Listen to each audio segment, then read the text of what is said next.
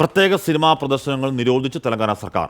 Pushpa 2-ന്റെ premier ഷോയിലുണ്ടായ സംഘർഷത്തെ തുടർന്നാണ് നടപടി. വിവരങ്ങളുമായി അരുൺ പൂപ്പർമ ചേരുന്നു. അരുൺ, വലിയ സംഘർഷം ഉണ്ടാകുന്നു, ഉന്തും തള്ളും ഉണ്ടാകുന്നു, പോലീസ് നടപടി ഉണ്ടാകുന്നു, ഒരാളുടെ മരണത്തിലേക്ക് പോലും കാര്യങ്ങൾ പോകുന്നു എന്ന് പറയുന്നത് അംഗീകരിക്കാവതല്ല ഒരു സിനിമയുടെ പേരിൽ.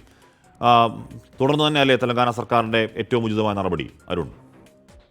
ആഷ്മി, തീർച്ചയായും കഴിഞ്ഞ ദിവസം ഈ പുഷ്പ 2-ന്റെ പ്രീമിയർ ഷോ നിശ്ചയിച്ച ഘട്ടത്തിലുണ്ടായ സംഘർഷം നമുക്കറിയാം. ഹൈദരാബാദിലെ സന്ധ്യ തിയേറ്ററിന് മുന്നിലാണ് ആരാധകരും പോലീസും തമ്മിൽ ഏറ്റുമുട്ടുകയും സംഘർഷാവസ്ഥ ഉണ്ടാവുകയും അതിലൊടുവിൽ ഒരു സ്ത്രീയുടെ മരണം ഉൾപ്പെടെ സംഭവിക്കുകയും ചെയ്ത വളരെ ദൗർഭാഗ്യകരമായ സംഭവം ഉണ്ടായി. ഇതിന്റെ പശ്ചാത്തലത്തിലാണ് തെലങ്കാന സർക്കാർ ഇത്തരമൊരു തീരുമാനത്തിലേക്ക് എത്തിയിട്ടുള്ളത്. ഇത്തരം പ്രത്യേക പ്രദർശനങ്ങൾ ഉണ്ടാകുമ്പോൾ അവിടെ വേണ്ടത്ര സുരക്ഷാ ക്രമീകരണങ്ങൾ ഉണ്ടാവുന്നില്ല, ആരാധകരുടെ പ്രകടനങ്ങൾ അതിരുവിട്ടു പോകുന്നു എന്ന കാര്യം സർക്കാർ വിലയിരുത്തി. നേരത്തെ തന്നെ ഹൈദരാബാദിലും തെലങ്കാനയിലും ആന്ധ്രയിലൊക്കെ ഇത്തരം സംഭവങ്ങൾ ഉണ്ടായിട്ടുണ്ട്.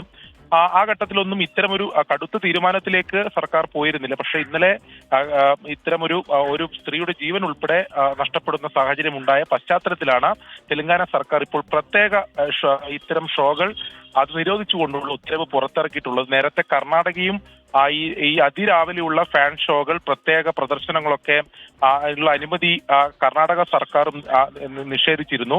കഴിഞ്ഞ ദിവസം പുഷ്പ 2-ന്റെ പ്രദർശനം, അതായത് അതിരാവിലെ 3 മണിക്ക് കർണാടകയിലും ബംഗളൂരുവിൽ, പ്രത്യേകിച്ച് ബംഗളൂരുവിലൊക്കെ നിശ്ചയിച്ചതാണ്. പക്ഷേ പോലീസിന്റെ കൃത്യമായ നിർദ്ദേശം, DGP ഉൾപ്പെടെ നേരിട്ട് നിർദ്ദേശം നൽകിയിരുന്നു അത്തരം പ്രദർശനങ്ങൾ അനുവദിക്കില്ല എന്ന്. അതിനുശേഷം പിന്നീട് 6 മണിക്ക് ശേഷമാണ് അത്തരം ഷോകൾ, ഈ ഫാൻ ഷോകൾ ഉൾപ്പെടെ ഉണ്ടായത്.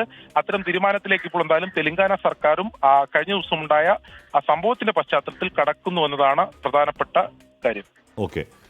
തെലങ്കാനയിലാണ് സിനിമയുടെ പേരിൽ വലിയ സംഘർഷവും ഒരു മരണവും പോലും ഉണ്ടാകുന്ന സാഹചര്യം ഉണ്ടായത്. തുടർന്ന് തെലങ്കാന സർക്കാർ ആ വിഷയത്തിൽ ആക്ട് ചെയ്യുകയാണ്.